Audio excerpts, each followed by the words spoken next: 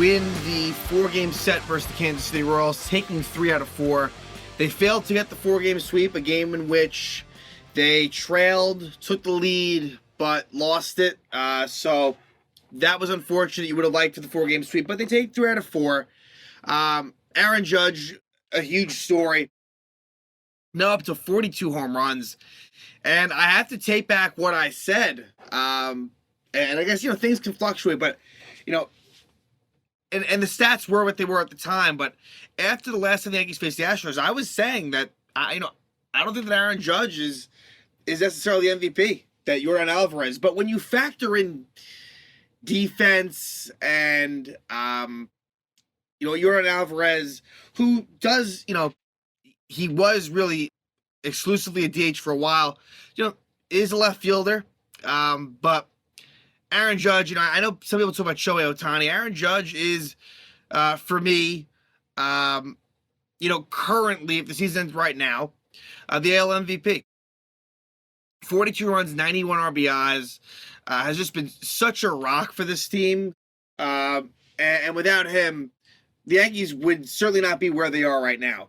So Aaron Judge, walk-off home run in Game 1, a couple of home runs in Game 2, one of them being a grand slam, and then in Game 3, he homers. Game 4, doesn't do a whole lot, but still, just what we're watching is pretty insane. He might hit 60-plus home runs. Now, look, there's a lot of season. There's about 2 months to go, and it can be done, but it won't be easy. You need to stay healthy, and I think it'll be close. Like, he's on pace for 66 or something, maybe 65 or so. He won't get that. It'd be amazing. I'm rooting for it, but I don't think he'll get that. But just the fact that we're even in this sort of territory here is something special, and I think even non-Yankee fans, baseball fans in general, you kind of want to see, like, will Aaron Judge hit a home run tonight? So, Judge, a big storyline. Andrew Benintendi makes his Yankee debut. Really a nothing special series from him. A lot of walks, which is nice, but, did get an infield single in Game 2, but really didn't do a whole lot. But I think, look, weird beginnings going up against his former team in the Royals. I think, he'll get settled in, but, first series, not a whole lot to sort of speak on there.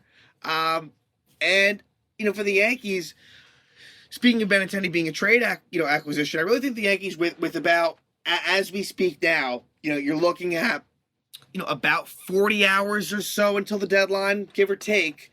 And I'm hopeful that the Yankees will make some moves. And like I've said, I'm the type of fan that I think there is definite value in, building through the system and having a good farm pool to sort of work from. And I think the Yankees, the Benintendi trade, I like it because I didn't think they got rid of anything too impactful. We don't know.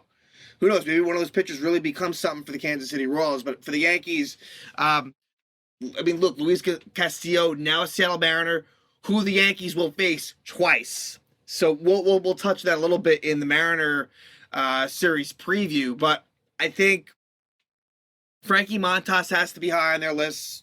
Carlos Rodon, and there's a few others. I know Jose Quintana, who isn't as exciting, but he's solid. But I think the Yankees will be looking for a starting pitcher. I think the bullpen, while there's a lot to choose from, and there's sort of a lot of upside there, look, Clay Holmes has struggled lately. He just has. You can't really tell me otherwise. And I wanted to do well. I wanted to be successful as the closer. I don't want Chapman to be the closer. Let him stay in more lower leverage spots. We're up to me. Unfortunately, I feel like Chapman is in a point where soon he will be pitching in higher leverage spots. But with Clay Holmes struggling, I would like another relief option. You can never have enough arms, and I really think that it is worth it. And I would want another hitter as well. And again, you can't have it all. You already got Benintendi. So I understand that there may only be 1 or 2 moves to go here of real significance, and not including Joey Gallo. I do believe Joey Gallo will be off this roster within these next 40 hours. But the trade deadline is really very, very crucial right now. And you'd expect there to be a pretty crazy flurry of activity in the last 2 days of the deadline, because there really hasn't been a whole lot. Like I said, Benintendi to the Yankees, Luis Castillo to the Mariners. There hasn't really been a whole lot else of true significance. So, and maybe the Juan Soto situation is holding things up. It doesn't sound like the Yankees. I think they're trying, but I just don't think the Nationals are interested. I think there's better packages out there. So it doesn't sound like Soto the Yankees is happening. But I think just in general, once that does, if it does happen, I think that'll open up a lot of other trades. So, like I said, the Yankees, I do feel like there's a lot of holes to fill. I think that right now, they're 69-34, which is really good. About 2 games out of the Astros. It's close. And like I said, I think getting home field is very important. The Yankees got to do everything they can to win as many games as they can. But for the Yanks, game 1, really fortunate to win, honestly. And it was a good start for Jameson Taillon. Jameson Taillon, who has mostly been struggling lately, ends up with a pretty nice outing. Goes 6 innings, gives up only 4 hits, shutout baseball, 2 walks and 8 strikeouts. Look, against Kansas City lineup, that's something special. But, Taillon really pitches well. Got to give him credit there.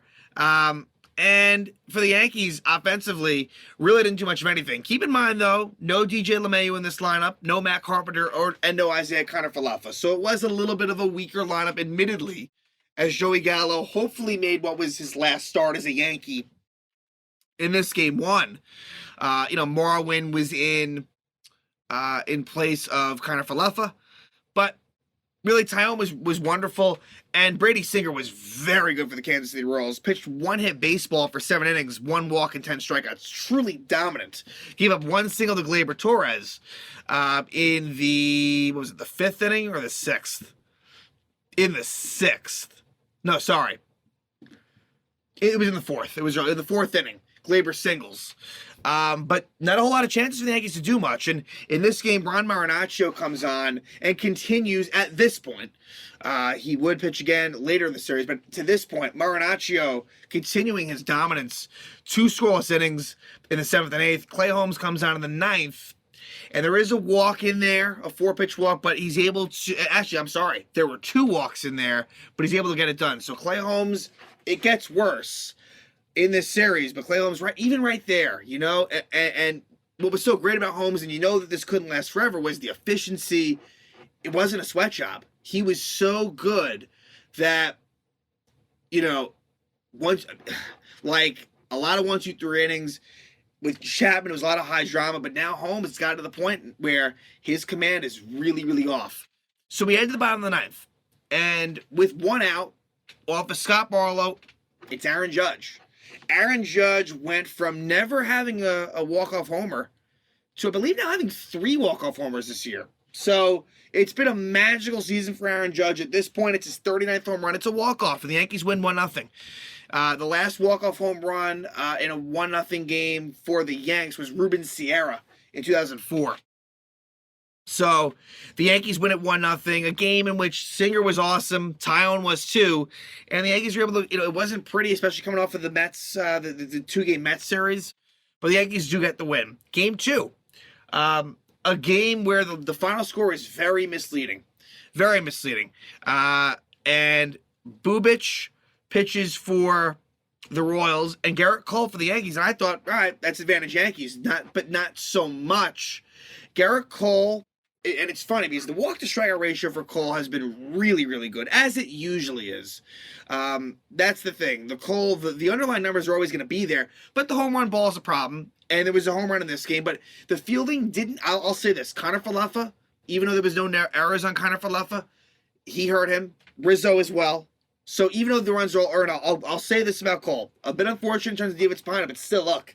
You got to shut that down. It was still a bad job by Cole, up 3-0, to have that 5-run 5th. So Garrett Cole, and we've seen that where he'll pitch really well, but there'll be just 1 really bad inning. And so you can't have that. But the Yankee offense really is able to come through in a major way in the 8th inning. But in this game, more of the lineup that you're accustomed to, although with the lefty on the mound, no Matt Carpenter.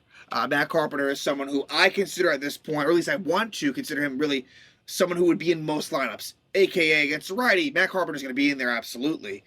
but against lefty, he wasn't. But,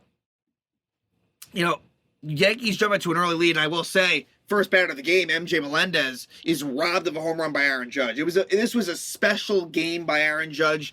Out of all of them, this was the most special. And Judge is able to rob that home run of Melendez. We go to the bottom of the first, and it's Anthony Rizzo hitting his 24th homer of the season. For Riz, the batting average isn't the highest, but he really comes through in the clutch. He's one of those guys you want in late game situations, and he hits a ton of home runs. After the series, he is at, I think, 25 and like 62 RBIs. That's a great, with 2 months to go, that's really good stuff. So Rizzo, it's been great.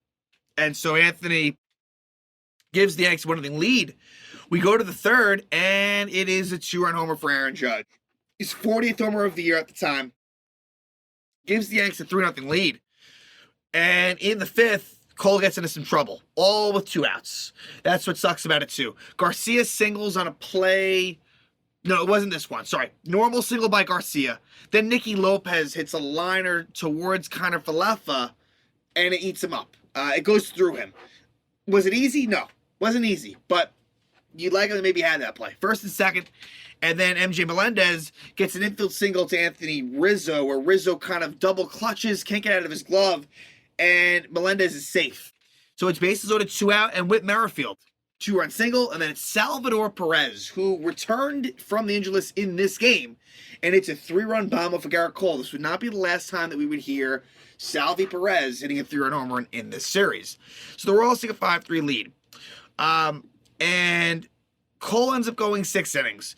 Chapman pitches a 1-2-3 seventh. And then there's a rain delay. And this kind of helped the Yankees. There was a rain delay, I guess, heading into the 8th. Heading into the 8th, there's a rain delay. And Albert Abreu comes on, former Royal this season.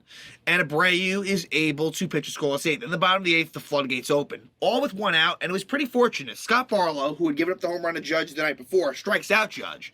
Then it's an infield single by Rizzo, a legitimate single by Gleyber Torres. And then Josh Donaldson, very lucky. And Josh Donaldson, I'm not sure if that conversation's right now. I guess let's make it right now, even though good times are ahead in this game. Josh Donaldson has really struggled a lot at the plate. He's down to like 217. His home numbers are putrid.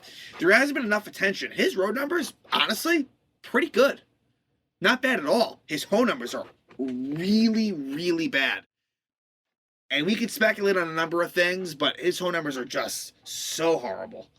And I think eventually people will start talking about that. It is drastic. Donaldson gets lucky. He reaches on an error. There should have been at least 1 out made. So now instead it's bases loaded, and Andrew Benintendi gets his first hit in RBI as a Yank.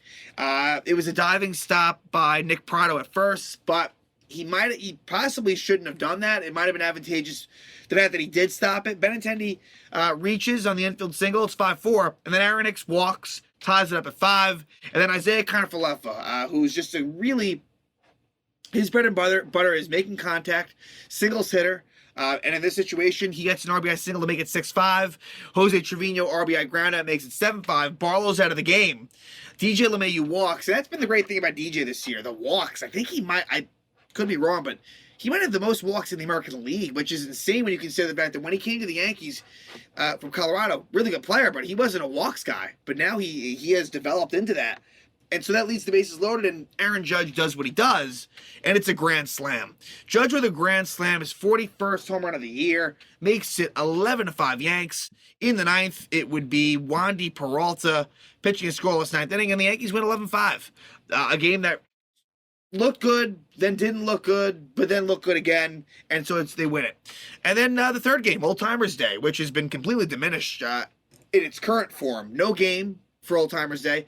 I guess whether it be because of COVID or just, people getting older and maybe having more difficulty going Old Timers Day, it was a pretty lackluster Old Timers Day. But the Yankees do win the game. The more important thing, they win the game. Nestor Cortez pitches okay. A pretty solid outing. Nothing crazy, but he gets the job done. He gets the win. He improves to 9-3. And, the Royals, and this was the one game where the Royals got beaten up pretty good. And pretty much from the beginning, it happened. And in the first, you have a leadoff home run by DJ LeMahieu. So LeMahieu, 10th homer of the season. The stats are really picking up for DJ, and it's been good. It's been really good. And then later in the inning, you get an RBI double by Gleyber Torres. That makes it 2-0. In the second, it's an Aaron Judge 2-run homer, his 42nd of the season. Just crazy. Just totally crazy. There's not much more you can say about Aaron Judge. And that makes it 4-0. In the third, you get a sac fly by Salvador Perez, makes it 4-1. In the fourth, you get an RBI single by Maikel Garcia, makes it 4-2. But then in the bottom of the fourth, the Yankees respond with an RBI single by DJ LeMahieu and a sacrifice fly by Andrew Benintendi, and it makes it 6-2. Like I said, Nestor Cortez goes 5 innings, gives up 2 runs. Aroldis Chapman pitches another good inning, a clean 6th. In the bottom of the 6th, it's kind of an Isaiah Kiner-Falefa run. He gets a walk, reaches second on a balk, then he steals third, and he scores on a throwing error by Salvador Perez, makes it 7-2. And then in the 7th, for good measure, it would be Matt Carpenter, adding his 15th homer of the season. His magical season continues.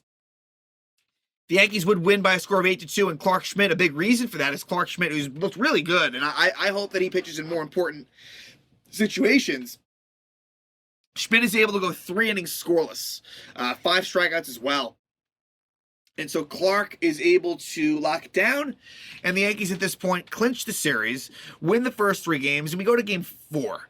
And this one was unfortunate just because you had it on the comeback.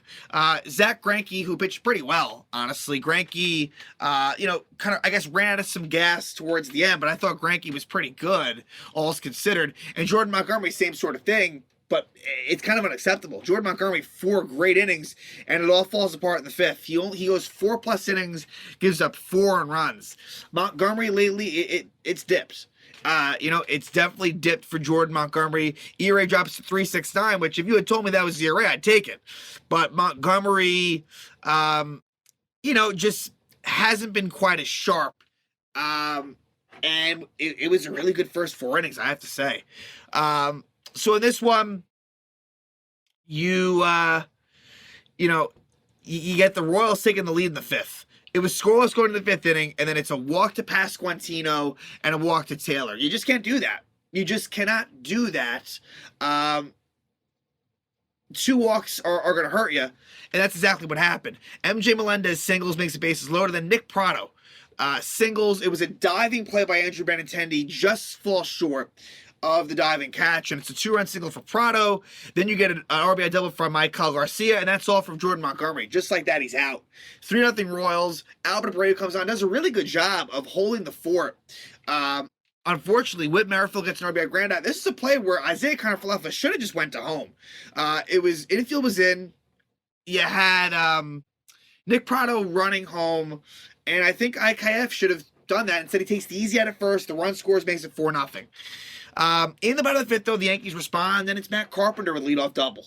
Carpenter, his 2nd double of the game. Then you get an RBI single by Kyle Higashioka, makes it 4-1. And then DJ LeMahieu homers again.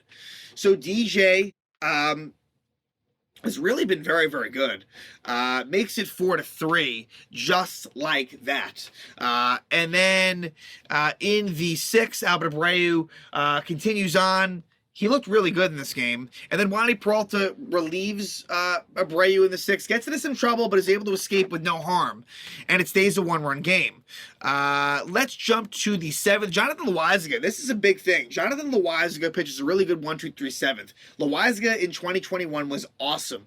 If you can get back to that Jonathan Loaisiga, that is a huge, huge piece. And maybe someone who can take over for Michael King.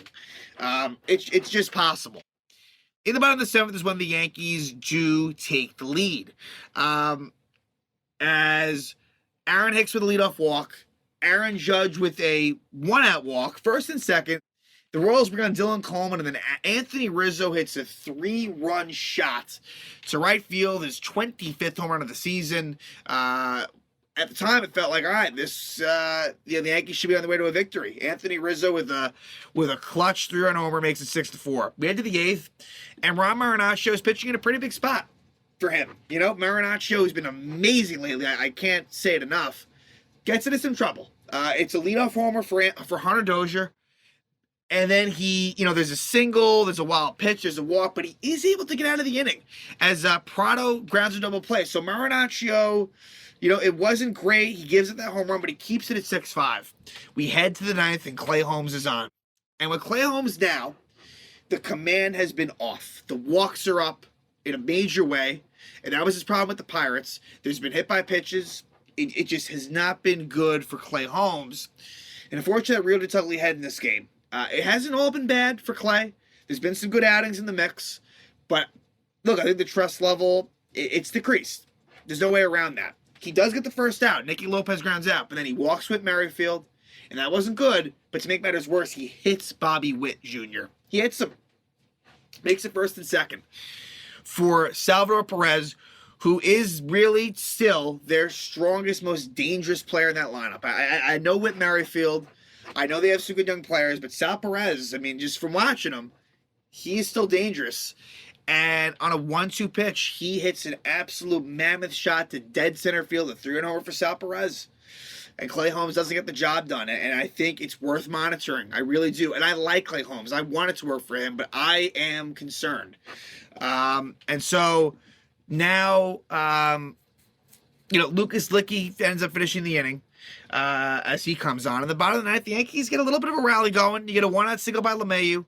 Judge flies out in what was an exciting moment, but doesn't work out there. Rizzo walks to keep it going. And Gleyber Torres, in an 8-6 game, first and second 2 out, he would line out to center field to end the game. So the Royals are able to salvage the series.